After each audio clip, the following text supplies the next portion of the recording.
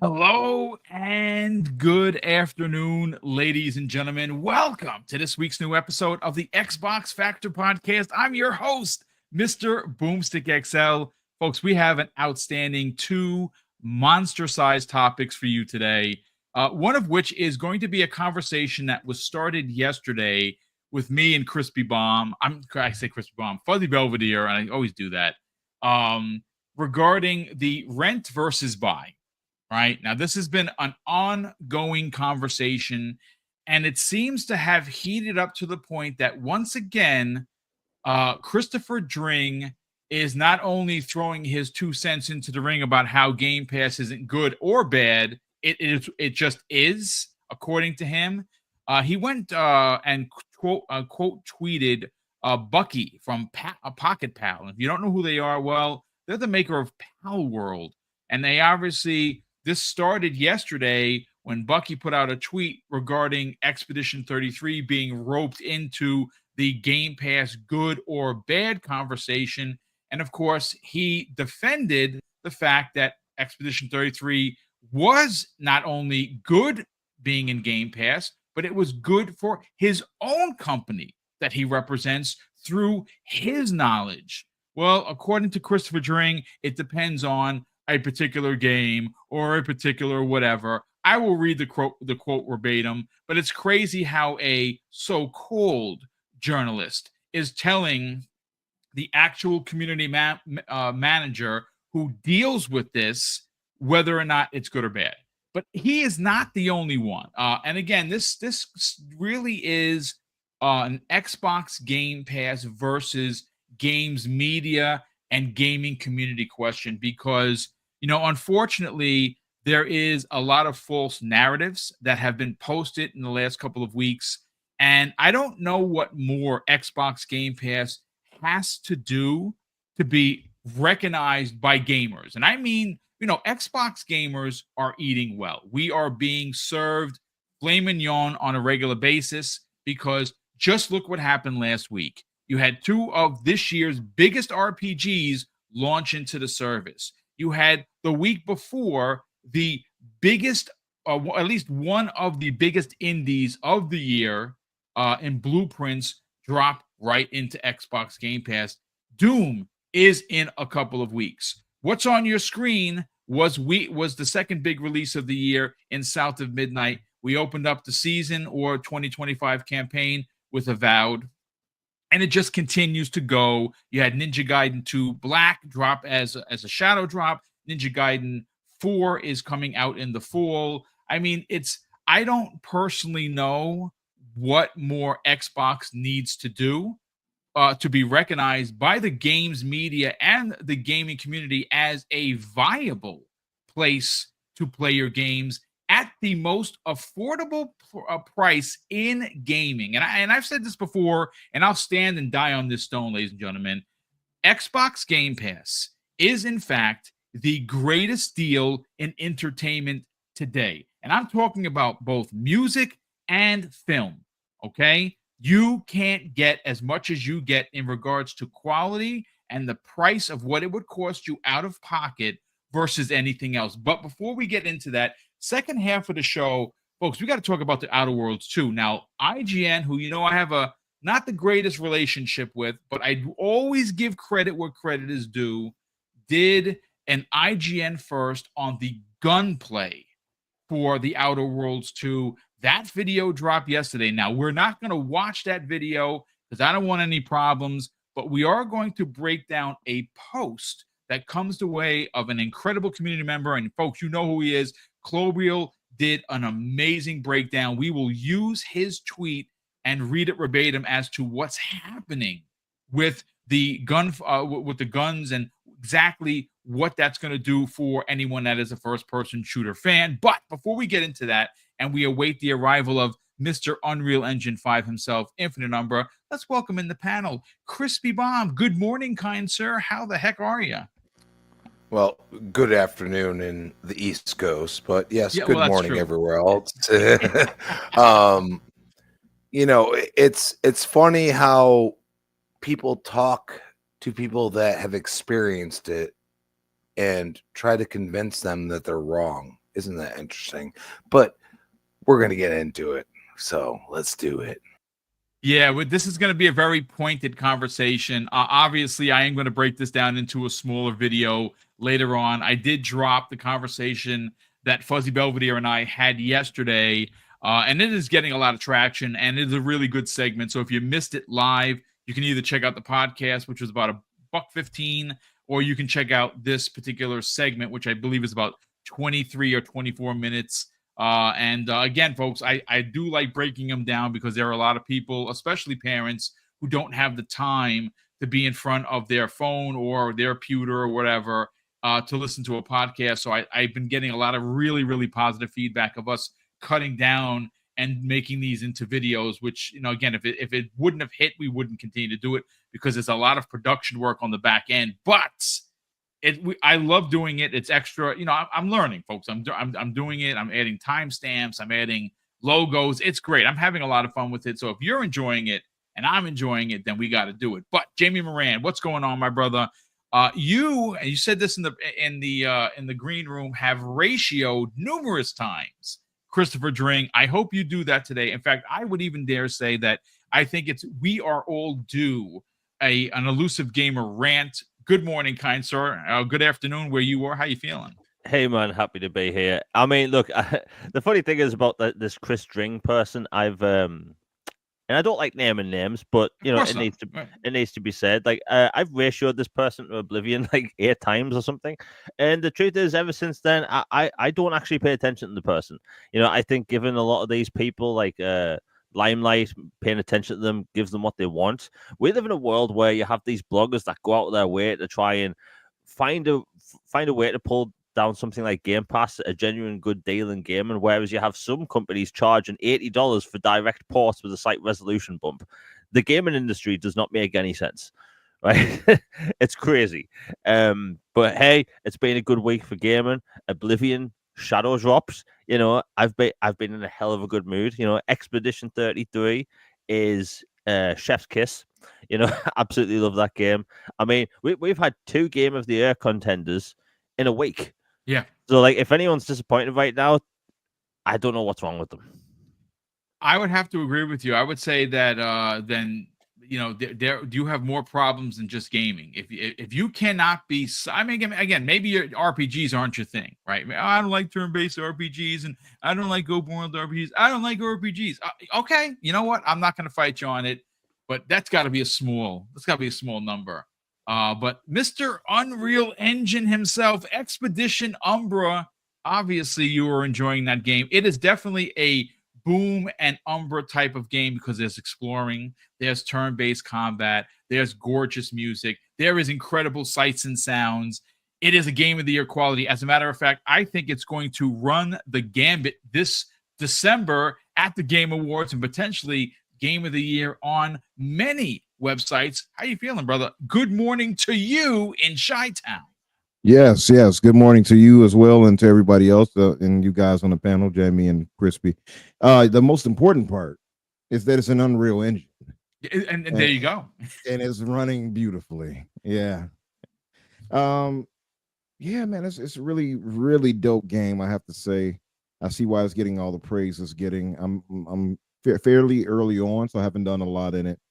I actually been really busy these past few weeks, so I haven't really had a chance to game the way I want to, but I'm going to, after the show, I'm going to jump back on and get some more time into it. Nice. Yeah, it's a lot to process, and because we have so many games, it feels like I'm pushing one game aside just to jump on the next right now. Yep. And I'm not even done with the other. AC Shadows is like a game that's going to last me until the end of the year. It's so much to do in that versus everything that's coming out. So it's we have an overabundance of blessings right now in gaming. So everybody should be happy because there's something out there for everybody right now. Indeed, there is. And that's the thing about Xbox Game Pass when you consider how many genres are a part of that service. And again, folks, I know this is going to come off as capping or, defending the $3 trillion company. That's not actually what we're trying to do here. What we're trying to do is have an adult conversation where others in the community and the games media, and of course, not all of games media is guilty of this, but a good section of them are. Christopher Dring being one of the biggest one, and he obviously just stepped in it just the other day. As a matter of fact, maybe even today it was, where he went back and forth with Bucky from Pocket Pair. And we're going to talk about that specifically.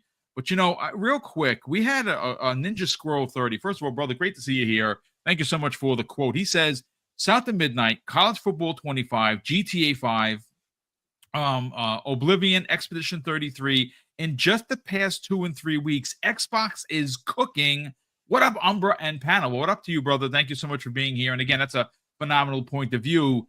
Again, I said it, Umbra, before you got here. I don't know what more Xbox Game Pass needs to do to allow for the slander and the false narratives of renting versus buying, and somehow people that play on Game Pass are either poor or on welfare, because that is something else. First of all, anyone that says that is just an absolute, pardon my French, freaking asshole. Like, if you are running with that narrative, then you need to get away from the community, because that is one of the most, not only egregious things I've ever heard, one of the most insulting things. And look, again, we don't do the names thing more times than not because we don't want to embarrass anyone. But I had a particular conversation with a particular person that, it follows the channel. And it was saying something about, I don't like to rent my games, which is why I play on PlayStation. And basically my response was, listen, if your only avenue to play games is PlayStation, of course you're going to buy the games. That makes perfect sense. It was brought to my attention that they own an Xbox Series X and they just don't like renting games, and they would rather pay for them. Well, the argument is dumb anyway. It's stupid on its face, because you can buy the game on Xbox. You can it's buy not like the game because Game Pass is there, it stops you or something. Yes, exactly. How idiotic.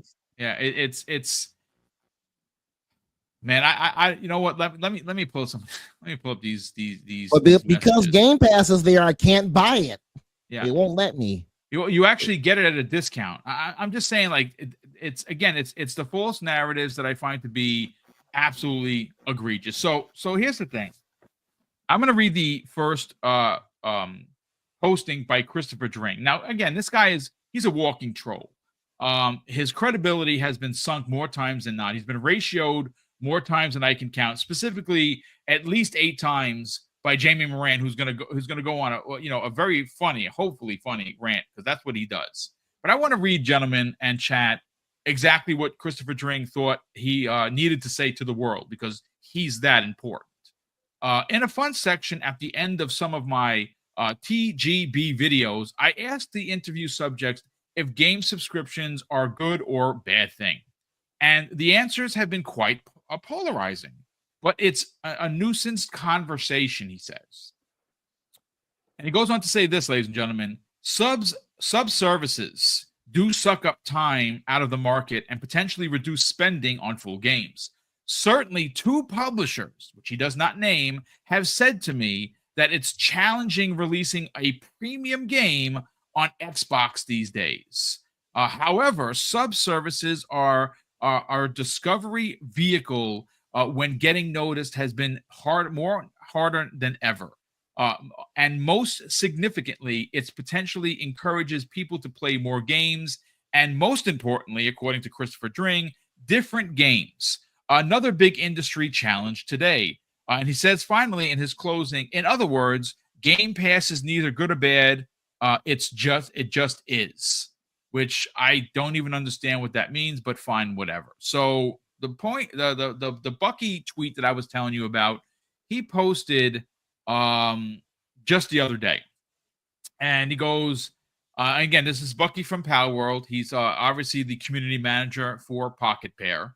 He goes on to say, Expedition 33 is the latest game to get unwillingly dragged through gaming Twitter as people debate on the viability of Xbox Game Pass.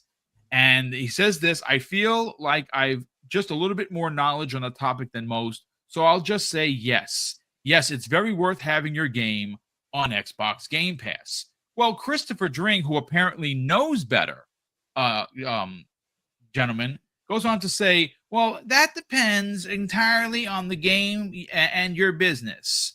If you're a small publisher and developer with new IP, 100%. But if you're a Take-Two with GTA, not so much. Now, this is the thing that drives me crazy with games media, because everyone seems to revert back to GTA.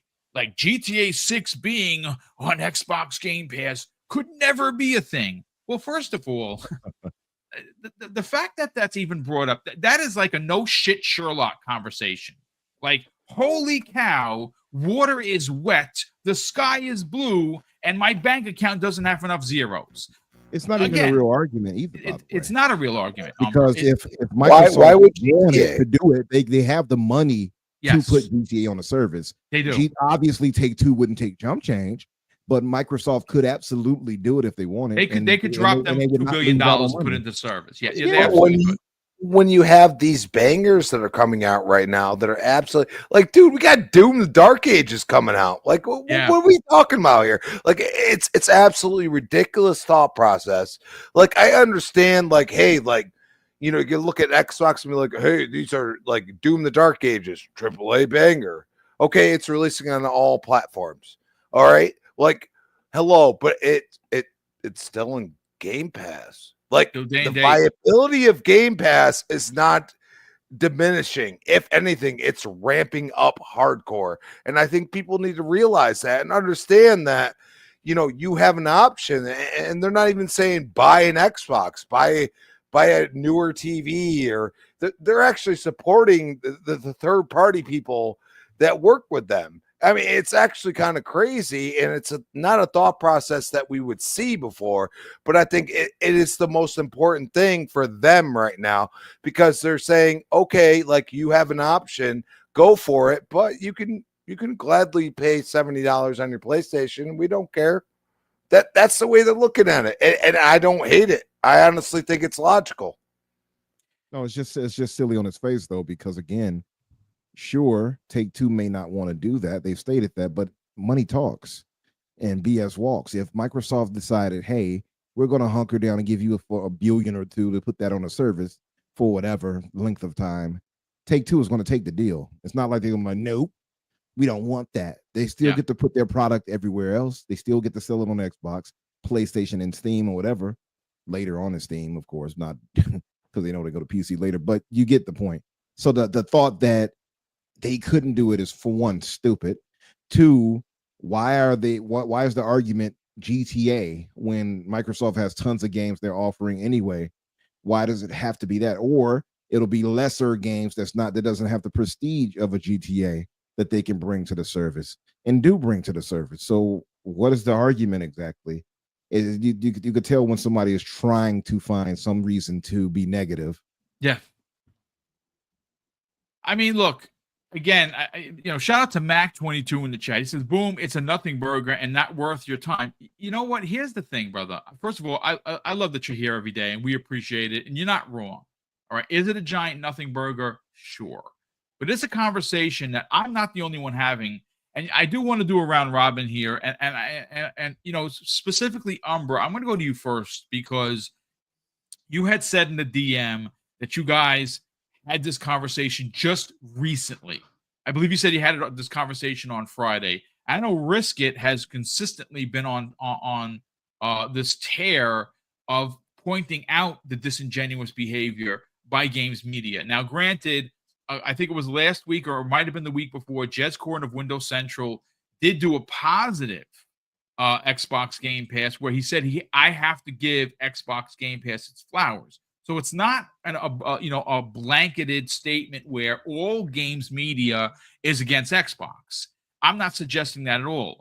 What I'm suggesting is that there is a conversation happening today, ladies and gentlemen. And if it's not in my DMs, it's somebody else's DMs, where people are challenging Xbox gamers as to, well, you don't buy your games, so you don't count. Your opinion doesn't count. And I've actually seen people like try and sell that narrative. I mean, wait a second. You pay for a subscription. You are given an abundance of games to the point where anyone that is, and I want this to be clear, anyone that is subscribed to Xbox Game Pass right now, please raise your hand in the chat. Throw one in the chat if you're having a difficult time trying to play all of these games. Because I know that I tried to do Oblivion, and Expedition 33 over the weekend, and it was a freaking nightmare because it's RPG overload. So I had to decide that it's got to be Expedition 33. It's 30 hours plus the 30 hours. For me, it's probably going to be about a 100-hour game. That's how I roll with these things. But I mean, listen, look at all the ones in the chat popping up here. Everyone is having a real world problem and trying to figure out what to play. But I find it so incredibly, I guess the word is frustrating, that you consistently see people trying to sell this false narrative of Xbox Game Pass bad, buying games good. And that's where we have this conversation of renting versus buying. Folks, I'm here to tell you, when you buy that game, if the server shuts off, you're not getting that game. You can own the physical disc all you want. You're not doing shit with that disc except using it as a coaster. But I want to get your thoughts on this ridiculousness that is the Xbox Game Pass conversation that people are having. And you know something? There are a lot of pretty primetime journalists that are still like, there was a post yesterday by a guy over at Engadget. Again, you know, I have his name. He wrote something about something, and I'm you know, again, this is just, you know, from shooting from the hip. He had said something of, well, now that Forza Horizon 5 is on PlayStation, I don't need an Xbox. Well, you kind of did need an Xbox if you have a PC, and if you're Engadget, you probably do. Of course, I had to write to them and give them the business, and I did it in a politically correct. But that is the consensus, Umbra. It's a little clickbait, little title. I mean, of course, it is. You know, I got a PlayStation. You're not gonna. If he has a PC, he's going to play it on PC. The whole silly argument, and then, well, the PlayStation controller, you can use DualSense on a PC too. So, like, the whole argument around it is silly, and it's a clickbait title in general. I do know some people who were like Xbox guys who bought it for their PlayStation Pro, for instance, although he has a capable PC. So I just mock him, like, why would you do that? You have a capable PC and to play it the best ever, if that was your argument for getting it for the Pro. But yeah, again, a sensationalism when it comes to these topic titles that they use, and because they have to draw people in, and people don't want to take the time to read and take the nuance of a discussion anymore. They want catchy ADHD grabbing titles. You know what I mean? Like, oh, it said this thing, and they just run with it. They don't pay attention to the details inside or anything like that. And these people who are writing this from Engadget or whomever else, they know this. And who's the favorite whipping boy? Xbox. It always comes back to this. Oh, the better yet, to quote a great villain, Thanos. And where did that bring you? Back to me. So yeah, it's always that. And I mean, it's tiresome. I don't really pay attention to them anymore when it comes to that. And you mentioned Jazz, for instance, and shout out to our good brother Jazz Corden. The thing is that you still, believe it or not, there are some geniuses out there that actually think he works for Microsoft because it's called Windows. His company. So even if he's giving it praise and nuance, people are going to write it off because they're like, oh, well, he's a fanboy for Xbox. Well, he works for that Microsoft. So, they're going to ignore him. They're going to gravitate to the Engadgets or whoever else. And I'm not saying that Engadget typically puts out negative pieces, but they're going to gravitate to whoever is fitting their confirmation bias. And if they're saying something negative, they're going to gravitate to it. It's a long time running. And it's just, at this point, everyone should be finished with that. The whole idea of still console warring, because that's what it comes down to at the end of the day. It's the sense of console warring. So people have to validate why they're buying their games versus, renting them whatever with Game Pass. And it's like, listen, if you have to keep convincing yourself by trying to belittle somebody else for what they're doing, maybe you're not content with your choice. If I want to buy a game, I can buy a game. I, however, have a sweet deal here in front of me. And I do buy games, by the way, just to be clear. But if I have a good deal in front of me and I'm getting all these first-party titles and even great third-party titles to a service, I'm going to use it. I don't need to come back to that game again after I've beaten it until I need to come back to it, and if I feel like playing it. And by that point, it'll be super cheap, and I'll just get it when I want. That's the beauty of having an option, right?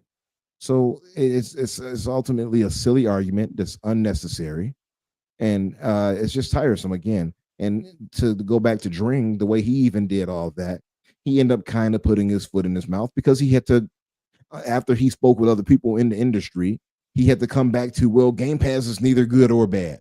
Yeah, exactly. Yeah. All right. Yeah, and he wanted to hear bad. That's what he wanted.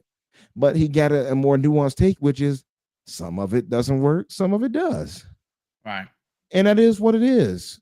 And Microsoft is not promising you the moon. They're just telling you what you're going to get. And they've delivered on that now. Like, they have a great cadence of games coming. We are enriched in games where we can't even get through one game to get to the next right now. Exactly. Yes. You know? So I don't know. It's an annoying debate. And hell, you mentioned that you have Oblivion. You mentioned Oblivion. Yeah, I started that too. And now I shifted over to Expedition 33. And I'm like, okay, well, I got to get back to Oblivion. I got to get my Umbra blade. You know, and it's like, okay, it's too much to do.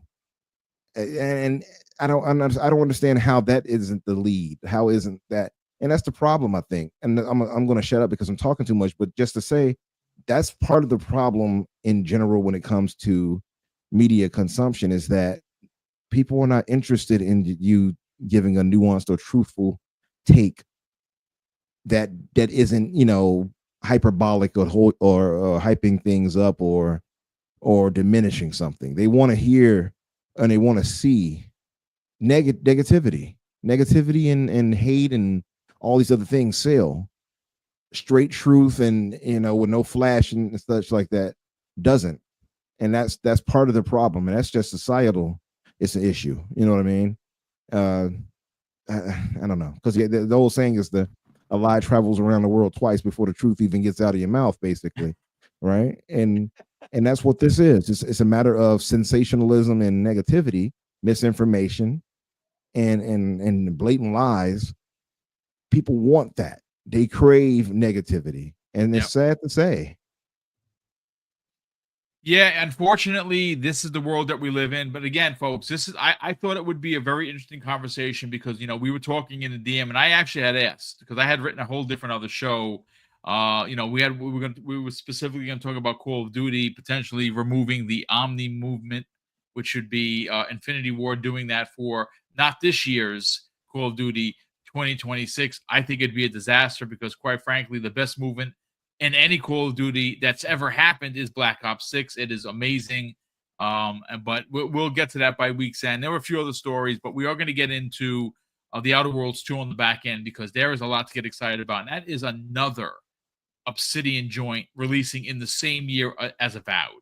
And every time we've seen it, or I think that IGN has had 2 IGN firsts with that game. Not only does this game look absolutely stunning, I actually think it might actually look better than Avowed, but my God, it looks phenomenal. I'm very excited for that. That's happening later this year. But that is the wealth of games that we have, and that's another Xbox Game Pass release. It's just crazy. But keeping on target, Crispy Bomb, you said you were going to go a little buck wild here, so I want to just let you go and do your thing. Again, somehow or another, Xbox Game Pass manages to not only allow for everyone of every financial ilk to be a part of gaming, which I think is in itself needs to be congratulated. In a world right now that we're currently living in, everything is expensive. Everything continues to go up. There is no relief for the middle class. There is no relief for fans of gaming. Thanks to Nintendo and the announcement of $80 games, they might have knocked the doors off its hinges, opening this way for people like 2K to use price scaling as to how much it costs for them to develop Grand Theft Auto 6. If they use that type of scaling, then Grand Theft Auto 6, in fact, will be $100 for the base game. We started hearing about that last year, and we all thought there's absolutely no way that they're going to charge $100. And after that, well, now there is. Now, again, I don't know how long before PlayStation says, well, we're doing 80 games as well. I think it's Ghost of Yotai. Personally, I think that's the first game. That's coming out later this year in the fall. I think it's enough time for them to say $79.99 for the regular edition and them take the leap. And then you're going to start to see something. I mean, do we know if Borderlands 4 just got moved up to September, right? We know who runs that company. How much do you want to bet that that's not going to be an $80 game? And if games start to go to $80, how in the gaming gods conversation are you going to not look at Xbox Game Pass as the place that you want to get your games?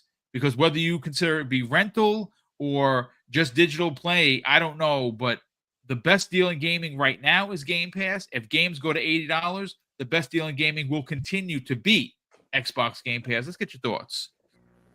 Well, I mean, the whole argument between the two, like when he brought up GTA, I'm like, yeah, but Black Ops 6 is in Game Pass and it's sold a shit ton. Yeah. What are we talking about here? And don't get me wrong, like, and I watched, shout out to Dirt, and they all had the argument about, what's more successful, Call of Duty or GTA. Well, GTA hasn't come out in how long? How long again? A decade. Excuse me. Yes. So, and you remember what is it? It was like a couple of years ago. It was like $2 billion in dev costs, or something astronomical. I mean, somebody's gonna, be that way and critique me, even though it's probably over $1 billion. So what do you think they're gonna do? They are gonna go like the standard edition will probably be $80. I wouldn't doubt it. Game Pass allows you, and I want to be mindful real quick. Christopher Dring, think about this for a second. Expedition 33, not my jam, by the way. Just not. Okay, like that's fair. Turn base. I heard there's some other elements in there. It's not my jam. It's on Game Pass. Okay, I have many other games, by the way, to play that are on Game Pass. So I'm not worried about it. But I'm not going to crap on people's enjoyment. That's number one. Number two, I look at a game dev that basically, I'm hearing Ubisoft, a lot of people from Ubisoft, everything else, a lot of nuances to Final Fantasy series in a way, which I want to be transparent. I never played any Final Fantasy. Never did. It's not my jam, but guess what? It's hitting on all cylinders. And like Phil has said, every marketing deal, every Game Pass deal is different. We play to what the dev wants. And he has said that time and time again. It's about the dev and what they want. That is a stark contrast from the other two companies that are in the console space.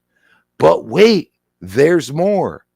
They release these games on PC, and you know what? You're in Game Pass, but you can release it on PlayStation. If you want to pay that price, by all means, go ahead. And with 1 million copies sold, and from the way they're reacting on social media, and that's where I go and say, like, hey, could they be disingenuous? Or could they be shocked at selling 1 million copies? I think my point just based on some of the commentary, they were shocked.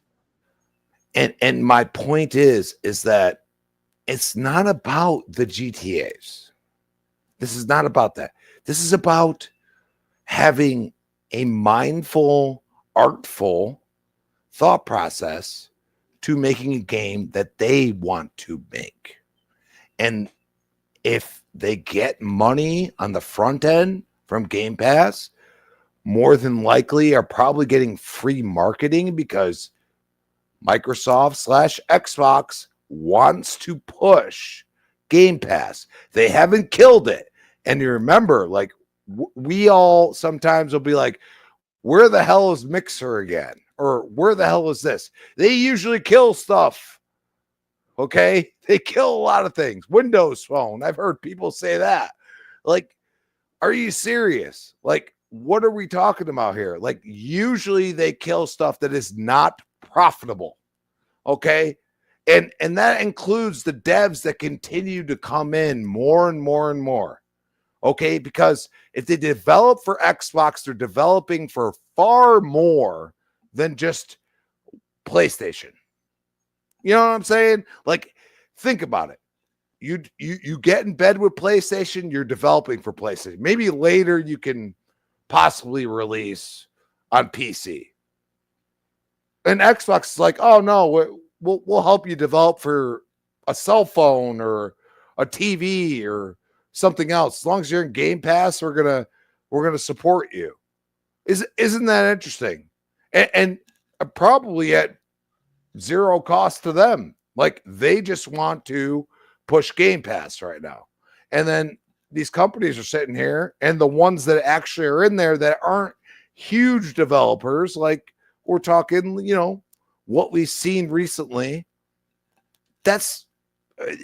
they all praise it. And they say this, that, and the other thing. Like, it just does this. Like, people forget that we're in a social media age. Word of mouth, posting about said game is marketing. It is. Okay.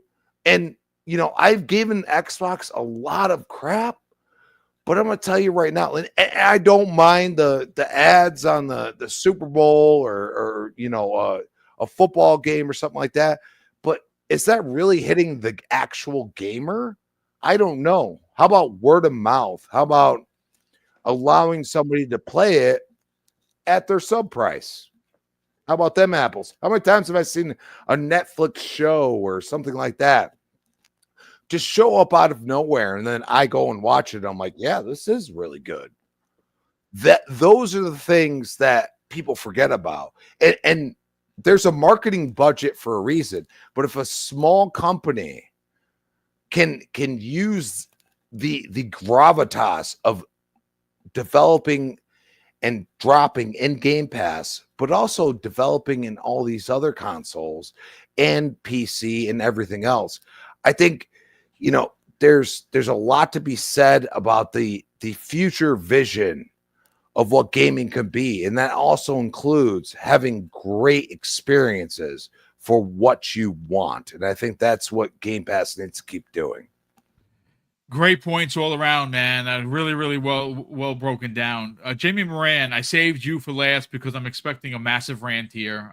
Please, by all means, the microphone is yours. Let's talk about not only Christopher Ring's stupidity on display once again, but how the games media wants you to believe that Xbox bad, everything else good, especially when you talk about Xbox Game Pass and its value proposition for subscribers. Let's talk about it, man. For years I've noticed people in the games media, they try to push this thing against Game Pass, and for the longest time I was wondering why. And a few months ago I was watching some IGN stream with some new game announcements, and there was like some like AA centric game announced. I can't remember which one it was, and after the show had finished, they said, "Oh yeah, that seems like a game that would be in Game Pass." Right? They try to push this thing that Game Pass is for low quality games or AA games or microtransaction live service games. The truth is, the most of the games in Game Pass are single player, and there's single player, there's multiplayer, there's co-op, all games of every single type in Game Pass. So people can't use that narrative anymore. So what do people use? The devs, right? The precious devs, right? I love the developers. They make the things I like. They make the things we're talking about. I've noticed that developers like Game Pass, but you have bloggers like Chris String out on social media that are trying to go against developers that are praising Game Pass. Game Pass doesn't exist as a vessel for people just to play games. Like, the developers make money, right? There's been instances in the past where the developers have made all of their development budget back just because of the Game Pass deal, meaning everything they would make afterwards is 100% profit, right? But no. We have bloggers going out there. We have journalists coming up with this crap, and it doesn't make any sense. Think about this right now. We see bloggers go up against Game Pass on a daily basis. We see some, content creators go up against Game Pass for whatever reason. Notice we haven't seen basically a single developer basically complain about Game Pass, right? We've had people like executives from Take-Two complain about it, but they are money hungry and they basically have a gambling mini game in their basketball game, so like we can't trust them at all. But like for some reason, people just have this. Try not to use any terminology that'll get you demonetized, but like people have this like emphasis for hating on Game Pass on a daily basis, and it doesn't make any sense.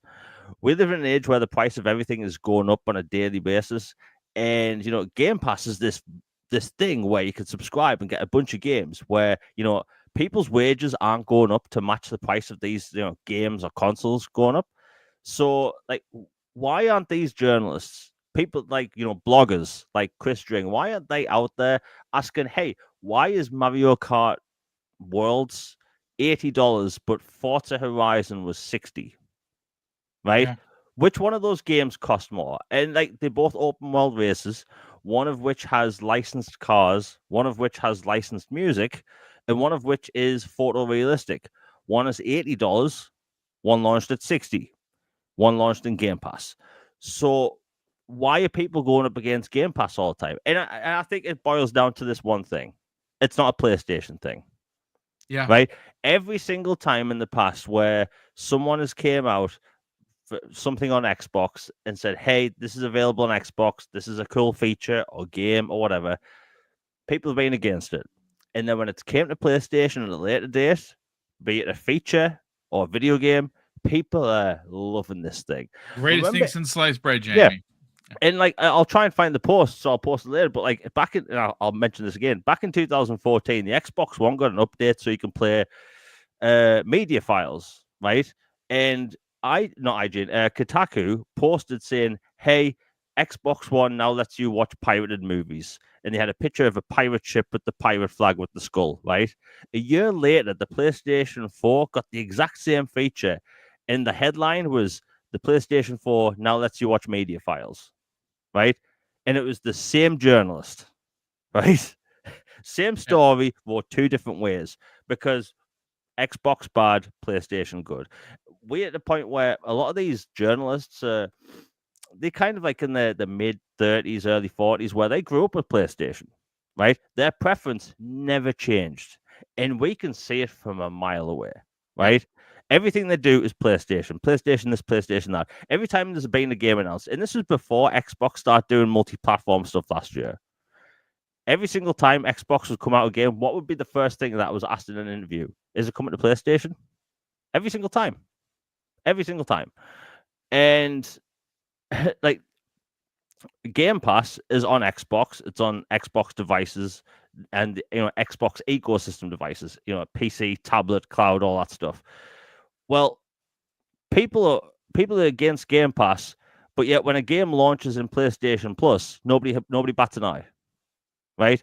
FBC Firebreak by Remedy launches in Game Pass and in PlayStation Plus this year. That game is going to have a huge success because out of the gate, it's a multiplayer game. It's going to have millions of players day one, right? Do we see any of these bloggers questioning about PlayStation Plus? No. Why is that? Because it's PlayStation. It's so blatantly obvious at this point, and these people don't try and cover up their act, right? Xbox, it's a great deal, right? Maybe you don't want to subscribe to Game Pass. Cool. Buy your games. Nobody's stopping people from buying games. And I always say this one argument, that what if Xbox locks games to Game Pass? That is a reach beyond anyone's imagination, right? Microsoft's not going to lock games behind a subscription service. Do you know who does lock games behind a subscription service? Nintendo. Their backwards compatibility is locked behind a subscription service. Nobody bats an eye, right? Xbox does free cloud saves. Nobody bats an eye. PlayStation, Nintendo, they charge for cloud saves. It's fine. And you have people in chat. They're trying to go against everything I say. But everything I say right now and have been for the past few minutes, you can literally prove it by searching for it, right? Everything I'm saying is 100% true. Now, I think Game Pass is a bloody good value, right? You have companies wanting to charge $80, $90. You have Take-Two having analysts out there coming out saying, hey, these games, if GTA is $100, it would be best for the industry. How is that best for the industry? How is that the best thing for my wallet? Because I've been saying this for months now, and I'll say it again. The price is going up to $80, $90, $100. It will crash the video game industry in the AAA space. AA and indie, they'll be fine. But these game companies want to charge more. Like, it's ridiculous. Like, I'm actually disgusted how these bloggers, and I'll refer to them as bloggers, are going up against Game Pass, which hasn't gone up in price, by the way, yet PlayStation Network went up in price in a bunch of countries. Nobody batted an eye. PlayStation 5 consoles went up in price. Nobody batted an eye, right? But Game Pass is the bad thing, right? Game Pass, right? And it's tiring because we do this on a weekly basis, and people say, "Oh, you defended a $3 trillion corporation." It's like, no, Microsoft messed up a lot, right? They are cooking games on a regular basis now. They have the highest quality games they've ever had in a long time, and they put games on multiple pieces of hardware, right? They picked the wrong time to do the multi-platform thing, but at the end of the day, that's not my problem, right? I'm getting good games on a consistent basis, right? So, like, when it comes to the whole game industry thing, like, Game Pass is a bloody good deal. Game Pass is on Xbox devices. So I'm sticking with Xbox. And plus, Xbox is actually an interesting thing right now. You have Nintendo coming out with a new Switch in a couple of months with a bunch of new games, which will be cool.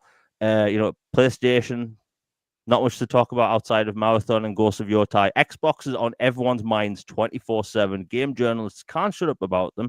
Every article you see online is about Xbox. You have Eurogamer coming out saying, hey, now that Forza Horizon is on PlayStation, I no longer need an Xbox.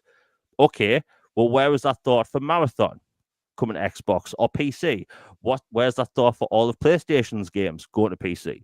You don't see that same energy for PlayStation because these journalists, they grew up with PlayStation, their preferences with PlayStation, and it shows. It shows so much, and it's amazing because I laugh on a daily basis at these clowns.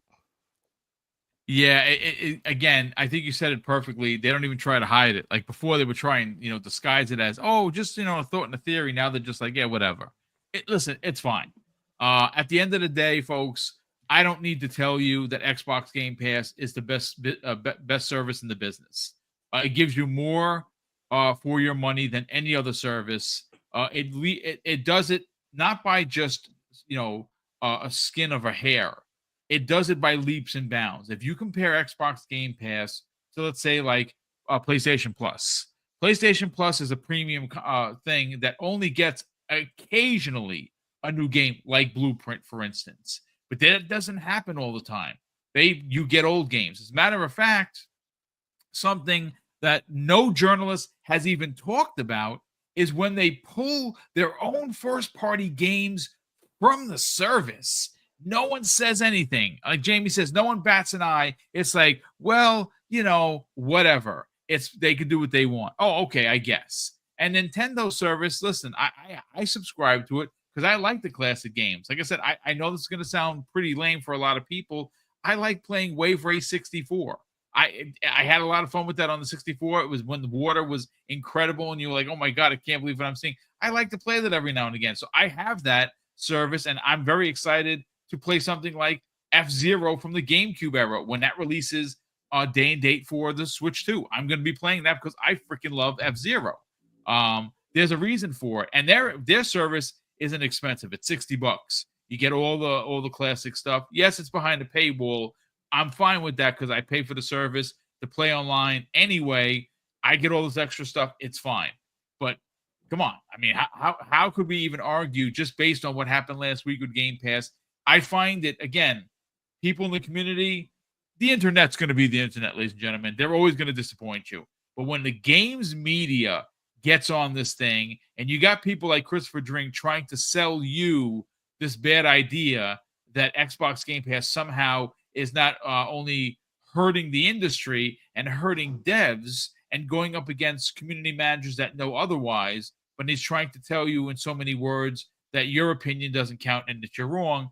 Well, that's where I got to push back. And that's what we did here today. But, gentlemen, I want to catch up on the 3 super chats we got here. And then we're going to get into the big topic. And that, of course, is Outer Worlds 2. I'm very excited for this. I absolutely loved the original because it gave me a lot of Mass Effect vibes from the way you interacted with your crew. And it looks like that is back in a big way. We have Big Mad Mo, who's been a channel member for over 3 long years. Mo, thank you so much for the support and the outstanding. You're always here, man. We super appreciate it. Well, it's his birthday today. So a big shout out and happy birthday to Big Mad Mo. He says, shout out to the panel. My birthday today, and I get Towerborn. Let's go. Hashtag boot on next season.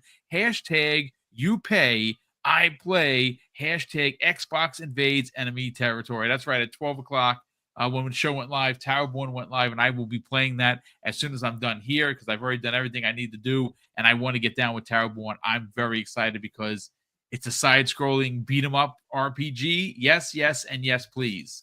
We also have Day Reezy. Day, great to see you here, brother. And thank you so much for the outstanding $2 super chat. Day Reezy goes on to say, sorry about your Bulls, Umbra. My Cavs are on fire.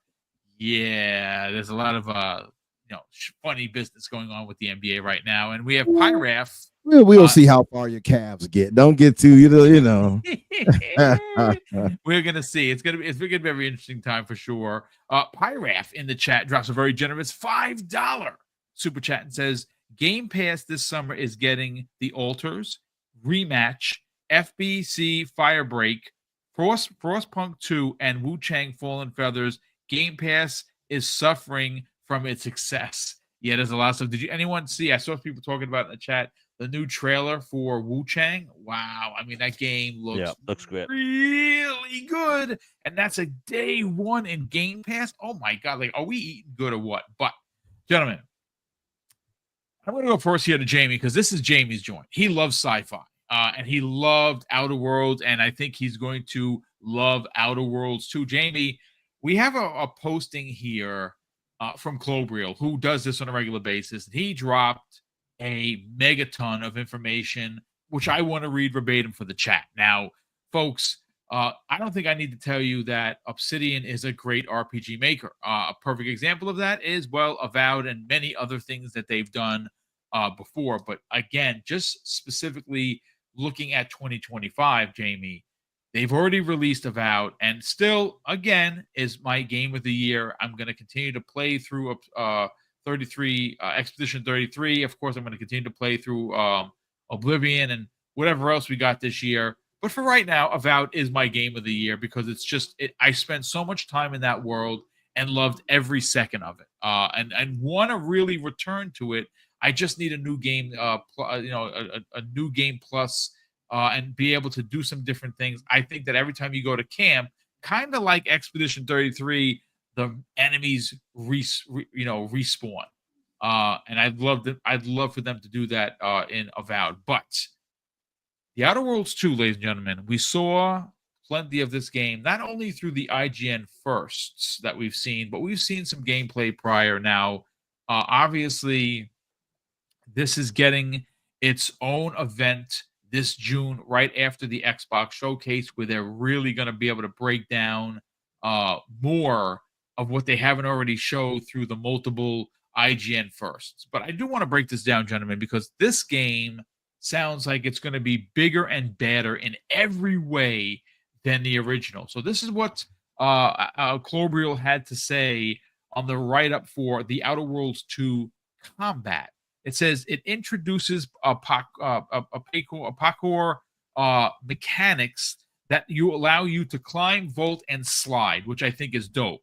So sliding mechanic is done to great success, especially if you're shooting people in Call of Duty. I think that when you parkour, anytime in a game, it gives you an advantage over your enemies. And I think this is going to be dope. It says enemies now employ advanced tactics, including taking cover and using grenades. And I think when they up the ante with the AI, depending on what what difficulty you play on, it's going to be awesome. It goes on to say Obsidian focused on making weapons feel satisfying from the start, while also integrating RPG mechanics that enhance gunplay based on the player stats and skills. And I think that's, again, obviously it's a first-person shooter. They needed to improve on the original. I thought the combat was great in the original, but the fact that they are now honing it has me super stoked. It goes on to say that the game itself encourages various play styles by offering light, medium, and heavy armor options. So I would imagine the movement speed for you as a character, or the character that you're going to be playing, is going to be how fast they are is based on how thin your armor is versus you being a tank, which I think is dope. It goes on to say that there was a removal of level scaling. Enemies have static stats throughout the game, allowing for self-challenging gameplay where players can revisit earlier locations with improved gear. So I would imagine that if you are, you level up and you have this much better gear, you're going to just decimate some of the earlier levels. It goes on to say, Jamie, players can use new gadgets during combat like tactical time, dilation, and shields.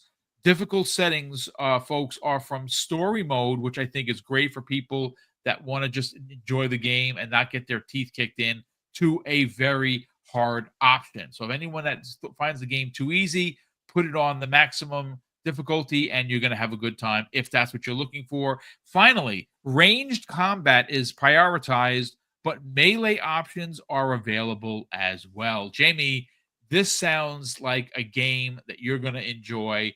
Let's break down exactly what Clobriel had to say in this write-up. This wasn't what I'm going to mention wasn't even Clobriel's post. There's a small detail in the gameplay which I absolutely loved, and I wish more games did this. Is that the gunplay in the first game was it was good, but it wasn't the best. And if you have an RPG that's a first-person shooter, you've got to have great combat. You really do. And it looks like they've really improved it for this game. The AI in the first game wasn't exactly the best. The enemies would basically just run towards you. Sometimes they duck to the side. And, it can be a bit game breaking, at least immersion breaking for me, when your enemies just do that. But in this, they actually duck behind cover, they crouch, they go into doorways, which is great. But also, which I really liked, so some waist-high barriers will actually deteriorate over time if they're being shot at, which I really like, because you can't just spam duck and cover shots when you're in a tough firefight for ages, which is really cool, because a lot of games let you do that. That's how you cheese a lot of the tough enemies in the first game. You just duck behind a covered wall. So they fixed that. And also, the level scaling thing, I absolutely hate level scaling in RPGs. I hate it. I think level scaling in RPGs does not make sense. I wish developers would stop doing it. Thankfully, The Outer Worlds 2 isn't going to have it. For one of the, if people don't know what level scaling is, especially if you're playing Oblivion right now, if you go to an Oblivion gate early on, and let's say you're level 5, you're going to find the first Oblivion gate pretty easy to do. But when those enemies are at the same level as you, or maybe a little bit higher, so if you're level 15 or 20, you're going to get your ass absolutely handed to you. Indeed you are. Yes, sir. Yep. So if they remove level scaling from RPGs, it's a complete power trip, and I absolutely love it. So when you're going to get fancy sci-fi armor in the new one and go back to a previous area maybe you were struggling with, you're going to walk through enemies, and I love that. And they've clearly been paying attention to what fans have been wanting. A lot of the criticisms of the first game was the combat and the AI and level scaling. Removing all those issues, that's what I love to hear. Honestly, this looks like they've improved on every single aspect of the game. Melee combat, having a new range of melee weapons. Yep.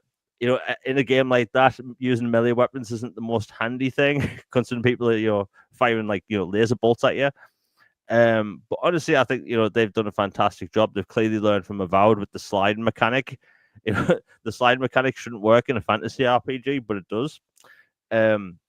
So they've got that in this. Areas look far more detailed, far more dense. For people that played the first game, you walk into a town and there's a couple of buildings and there's one or two people walking around, but it's kind of bland. But that's what they were trying to do at the time with a small budget and limited team, and now they have a bigger team with a bigger budget, and it clearly shows. I think a lot of people are going to love this game. And from what I can tell, they've kind of set it up in a way where you don't have to have really played the first game. You're going to be playing as a whole new character. Honestly, the game looks fantastic. Everything I hear about it, see about it, it looks fantastic. They've clearly listened to the feedback of the first game. The first game had some level of jank to it, but that's kind of what you get in those style of RPGs. But I think Obsidian have like another hit here, and it amazes me that they have the ability to put out multiple RPGs in a year. Like, people were hate on Avowed, and I really don't understand why. Maybe because it's not an Elder Scrolls game, and people try to play it like an Elder Scrolls game. But like the fact that they can get 2 big RPGs out in 1 year, like nobody does it like Obsidian. And this is them with a bigger budget. They can clearly do what they want with more time, and it shows. Yeah, it does seem like they cooked, right? Like, I think everything that we've seen improves on the original. And I think that's what you want to do. Crispy Bomb, I don't know how excited you are for this game. I don't know whether you're entertained by sci-fi or you're not. But this is going to be a big game. Like Jamie just said, it is pretty crazy when you consider the year Xbox has already had. We're just a day out from the 5th month. We already have a good idea what's happening in the second half with some of the games that were announced. This is one of them. And this comes in the year of Avowed. Now, Avowed was delayed out of last year. And you know what? For good reason. It came out this year and it really swung for the fences. It gave all kinds of options for FPS, whether you wanted to play and the game looked amazing, or you wanted the FPS, you can go 60 FPS. I went 40. And there wasn't anything about Avowed that I didn't like, other than the fact that I did not have the ability to do a new game plus on, when I finished the game, because I would have still been playing it. I would have rolled through it again. But with that said, Obsidian is hitting on all cylinders. They start out the year with Avowed. It looks like they're going to close out the year with the Outer Worlds 2, and that is going to be something else. Let's get your thoughts on some of the breakdown that we saw from Clobriel. Well, I mean, number one, it's Obsidian. I don't know how many times. This is Xbox's Insomniac. That's the way I look at it. Great point. They are capable of doing anything you need to do. They're still supporting Grounded, by the way. Think about that. Yep. That's where I say, like, they're a big team now.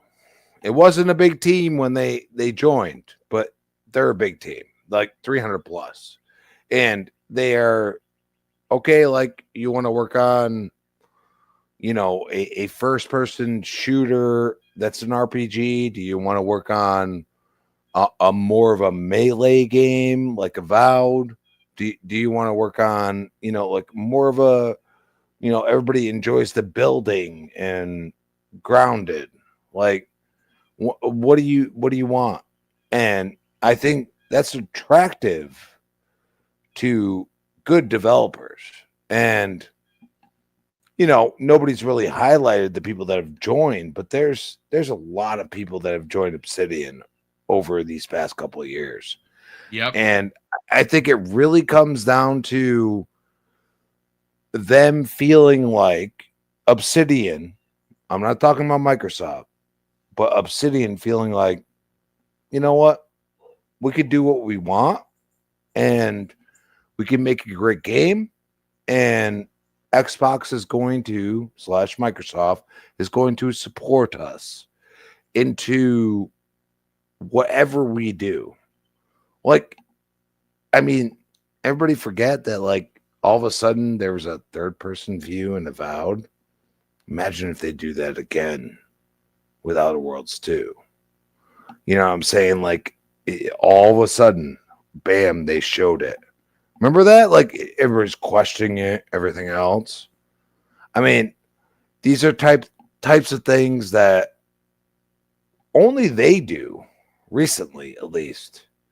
It's kind of crazy that, you know, because I'm a New Vegas fan. I've always been like, one of the best games I've ever played.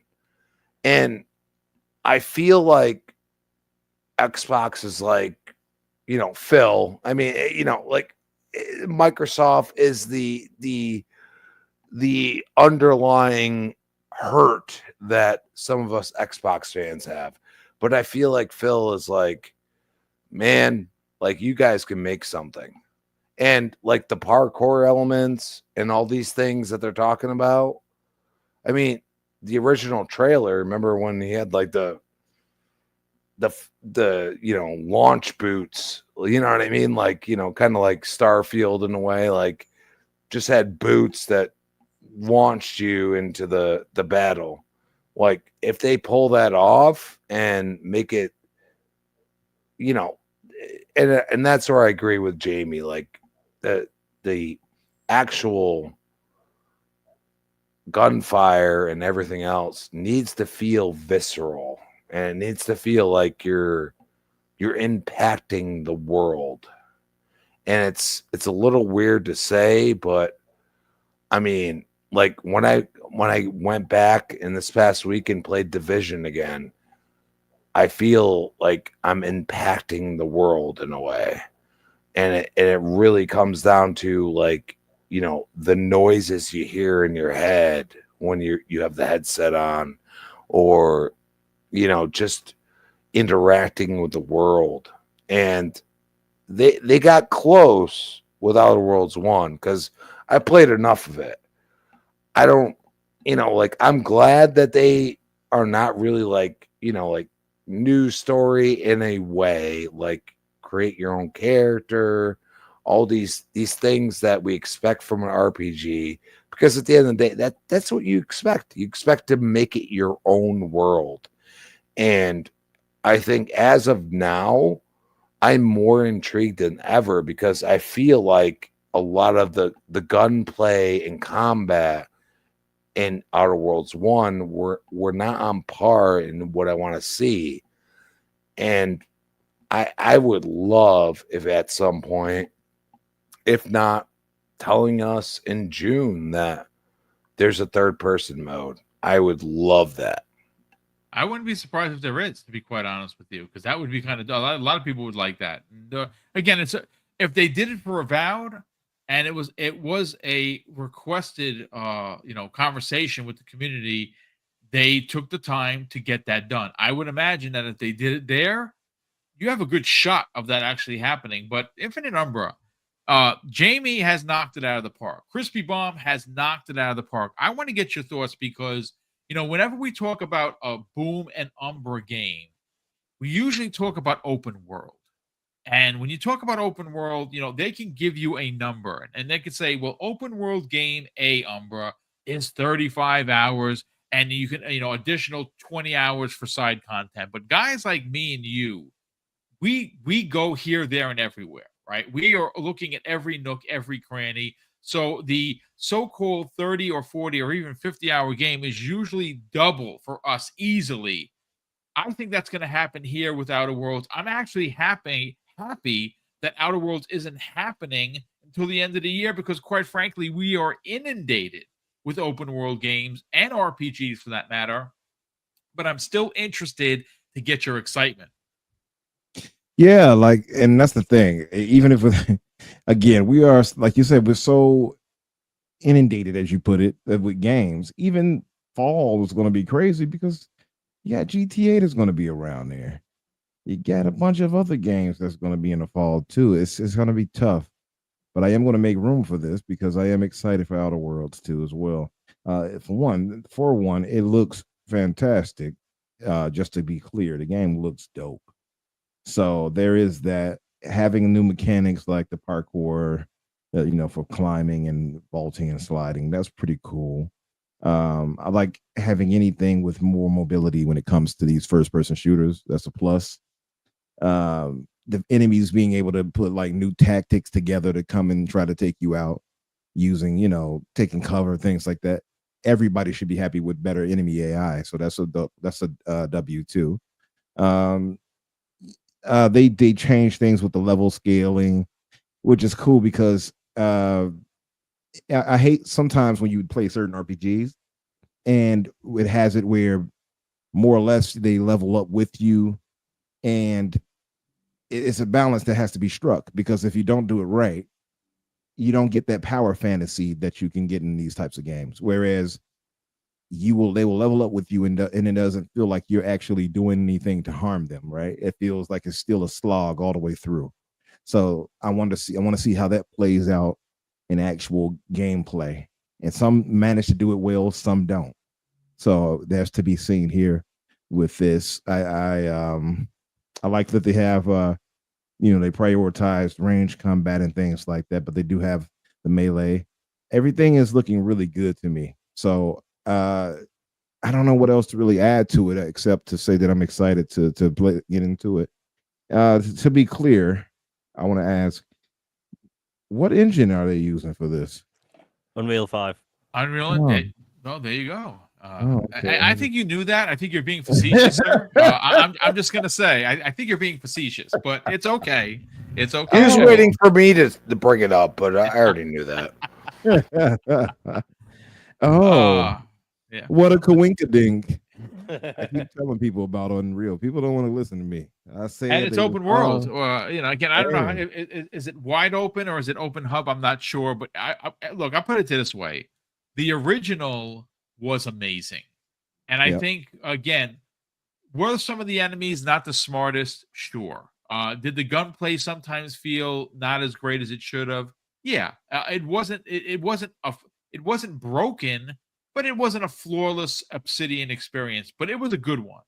And I think that when you look at what they do or how they've become an even better studio than they were when they were acquired back in 2018, or announced to have been acquired by Microsoft in 2018, you've seen them grow their brand. Obviously, Grounded is a perfect example of seeing a passion project become this behemoth of a gas game, right? I mean, again, I'm not playing Grounded. It's never been so much for me, but there are a lot of people who play it and enjoy it just like they do Sea of Thieves, Fallout 76, and there are a ton of others that Xbox owns that are these gas games.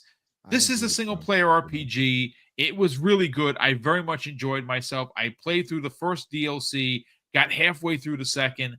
They were phenomenal. Well, the Outer Worlds 2, as we've seen in a couple of videos, and we've seen gameplay before. And like I said, you know how I feel about IGN. I don't like them as a company. I really think that they go and they do a lot of disingenuous things. But I am someone that's going to give credit where credit is due, and both IGN firsts were really well done. And I'm not here for them. I'm here for the game. And I'm here for the Outer Worlds 2. I enjoyed the way it was shown.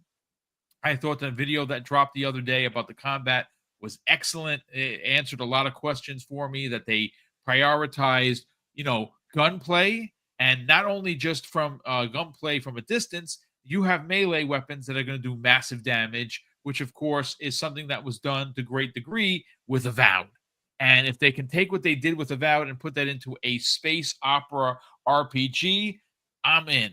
And that's happening this year. And again, you're getting 2 Obsidian games in 1 year. Pretty absolutely incredible, at least in my opinion. But look, at the end of the day, folks, they are the workhorse right now. They are the workhorse. Yeah, they absolutely are. They are the Insomniac games. I think Crispy actually said that. I've said that before. They are literally Microsoft's, or specifically Xbox's, Insomniac games. They really are. And if you don't agree with that, I'm not going to fight you on it. That's just my personal opinion.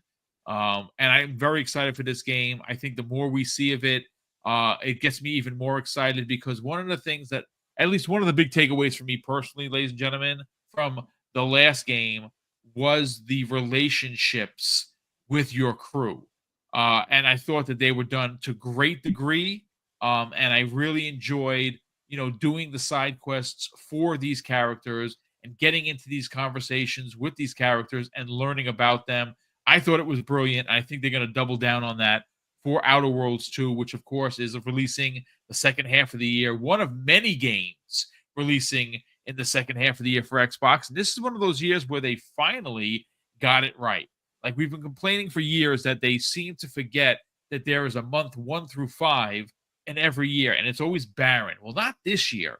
This year, there's been an abundance of games, and at the second half of the year, where this comes into what Matt Booty says, that they're going to try and get the 1 per quarter, I think actually it's going to be more than that, and this is going to be a part of the second half of 2025. I'm stoked, but that is going to do it for us, ladies and gentlemen. Obviously, 2 big topics to get into. I do want to catch up on the Super Chats. We've got a big one here from Eternal Shaddai. He drops, ladies and gentlemen, an outstanding $20 Super Chat. So, Eternal, it's great to see you, brother. And, of course, thank you so much for the generosity. He says Obsidian's Outer World 2 will have the same AI as Halo AI, with enemies responding almost perfectly. They revisit level, the revisit level by using better armor is more when you beat the game and use that armor for hard mode. It's bigger than Stalker 2. Stalker 2 is a pretty big game, and I did not like it as much as I thought I was going to, because it's too much survival for me. So I did not play it outside of maybe an hour or two. But again, Game Pass day and date last year, really, really big deal. But look, ladies and gentlemen, again, thank you so much for tuning in. Hopefully you enjoyed the conversation enough to hit the like button. But before that, if you are not already subscribed, ladies and gentlemen, we are 113 subscribers away from 16K. Man, we're so freaking close. And you can help us get there by subscribing, sharing this out on the socials, let people know about Double Barrel Gaming. And, of course, Mrs. Boom and I would be greatly appreciative of that. But let's get to the outros. We'll start first with, of course, Crispy Bomb. Sell the brand, brother. Where can people reach out to you on social media? And more importantly, where could people find you for the crispy truth? At Crispy Bomb on X, Crispy Bomb 28 Xbox Live. Get Boom to 16K for the love of God, please. or should I say, for the love of Joe. One or the other. For the love of Joe, or for the love of the gaming gods. Wherever you are. but I mean, you can find me, I show up, hey, I might be on Factor, I might be on wherever. Like, I guess I'm still a BoomStick exclusive. So we'll see you then. Appreciate it very much. We have another super chat that came in here from, actually, we have a couple of chats here. We have Nino Vestic, our generous friend all the way from Hawaii, who's been a channel member for a long 18 months. Salute to you, kind sir. Aloha to you and the family. Hopefully you are having beautiful weather on that region of the world. He says, mahalo to Mrs. Boom and Boom. Thank you so much for this amazing community. Fantastic panels and chat with great discussion. Aloha to all of the gamers. Aloha to you, brother. Thank you so much for being here. And he also has gifted 1 Double Barrel Gaming membership, as he's done more times than I can count. Thank you so much for the support, brother. We super appreciate the generosity.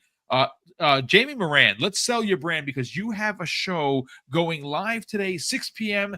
Eastern Standard Time, called All Things Xbox, where you and Logan Meyer break down the big news of the week, as well as, the hot topics. And I think right now the hot topic is, what the heck should we play? Because, geez, there is just so much in Game Pass, including Expedition 33 and Oblivion and, Blueprints and, so much more. Brother, sell the brand. Where can people subscribe to your YouTube channel? But more importantly, follow you on social media. Yeah, thanks, Boo. It's much appreciated. Always great being on the show. So yeah, my YouTube channel is The Elusive Gamer. I basically exclusively cover Xbox. We have All Things Xbox podcast on Tuesdays at 6 p.m. Eastern. As of now, we have 12 topics ready to go for tonight. Going to be going over a bunch of new games coming to Game Pass. Oblivion, I've got some comparisons coming on, reviews, everything. It's going to be a fun time over there. There's never any fanboy stuff. It's always a wild ride. And yeah, that's 6 p.m. Eastern on the Elusive Gamer YouTube channel. And my Twitter is Jamie Moran UK, where it's exclusively gaming and jokes. Absolutely, brother. And thank you so much for being here. As always, get over there and support Jamie Moran later this afternoon. And Expedition Umbra. What's going on, brother? Mr. Unreal Engine 5 himself. He has a show on Thursdays, 8 p.m. Eastern Standard Time, 7 Chi-Town time, called The Fix. Him and Daniel McGee, well, they break down everything in pop culture, including wrestling, film, and, well, video games, which is why he's here. Umbra, sell the brand, brother. Where can people subscribe? Help you continue to grow your network of game news and reviews, but also find you on social media. Yes, indeed. Of course, where you guys can find me on social media, Infinite Umbra or Umbra Infinite. You'll find me either way. As Boom alluded to, The Fix, that's Thursdays at 8 o'clock Eastern with myself and Daniel J. McGee. We typically have gotten to the mode of doing a solo dolo just between us to kind of build up chemistry, and it's working out really nice. But I do occasionally like to have some guests on. But I'm aloof. So if you guys hear my voice and you do want to get on the show, for instance, and chop it up with us sometimes, don't think that I'm ignoring you. Hit me up and say, hey, I want to jump on this week. Are you free? Can I jump in? It's nothing against anybody. I just oftentimes don't think about bringing somebody in because we've been doing this solo dolo for so long. And thank you, Soil Tech brother, who has been supporting us for a while. Thank you, appreciate you. Nino Vostek says he finished State of Play. He's finished South of Midnight. Nice. What a beautiful and amazing game. You were absolutely correct. Thoroughly enjoyed that masterpiece. Mahalo. Yes, mahalo, brother. Yep. Yes, Decado. I saw that. Yes, indeed. And Epic, I hope you're watching. I'm doing your bidding. But yeah, as far as that goes, of course, also the Infinite podcast on Fridays at 8 o'clock Eastern as well. Myself, Risky for the Biscuit, that blue number, and Spriggan, aka Dante Moody. Come by and check us out for that as well. Well, we certainly appreciate you being here and the work that you do in the community. And of course, ladies and gentlemen, 2 more super chats popped in here. Well, we actually have a channel member chat, Pissed, in the chat. Brother, great to see you here. He says this after being a channel member for almost 2 long years. I missed it. Time traveling back to the beginning. See you later. Brother, well, thank you so much for being here. And thank you for the continued support. Mrs. Boom and I do greatly appreciate it. And Thanaros, our generous brother, drops an outstanding $5 super chat and goes on to say, got nothing, just supporting. Well, brother, that's very kind of you. You're always here, and we definitely appreciate the support. Lastly, Decado, hey, what's going on, brother? I know I said hello to you earlier. Welcome back. Thank you so much for the very generous $2 super chat. And says, Infinite UE, bruh. UE, bruh. I love it. For head of the Unreal Engine 5 marketing team. I you know what? They should pay this man. They really should, because he does sell the brand, but we'll see what happens. You never know. I'm still waiting for the call for the Microsoft team to reach out to me, because I have at least $5 million ideas. I've already given away 2. I'm not giving away any more. But, ladies and gentlemen, that's going to do it for us here. Thank you so much for checking out the show. Obviously, we'll be back tomorrow night with primetime gaming. Thursday, we're going to have XVlog Live. Friday morning, Breakfast with Boom. I'm going to be doing some videos on the side. I got a bunch of unboxings that I just have to catch up and have time. But also, I got to play games. And Towerborn just dropped at noon. Go play that. That looks like that's going to be dope. I cannot wait to get into it. Thank you to all the super chats. Thank you to all of the likes and the shares of this channel, of today's show. And of course, we're going to close out the show with something that's incredibly important to me, ladies and gentlemen.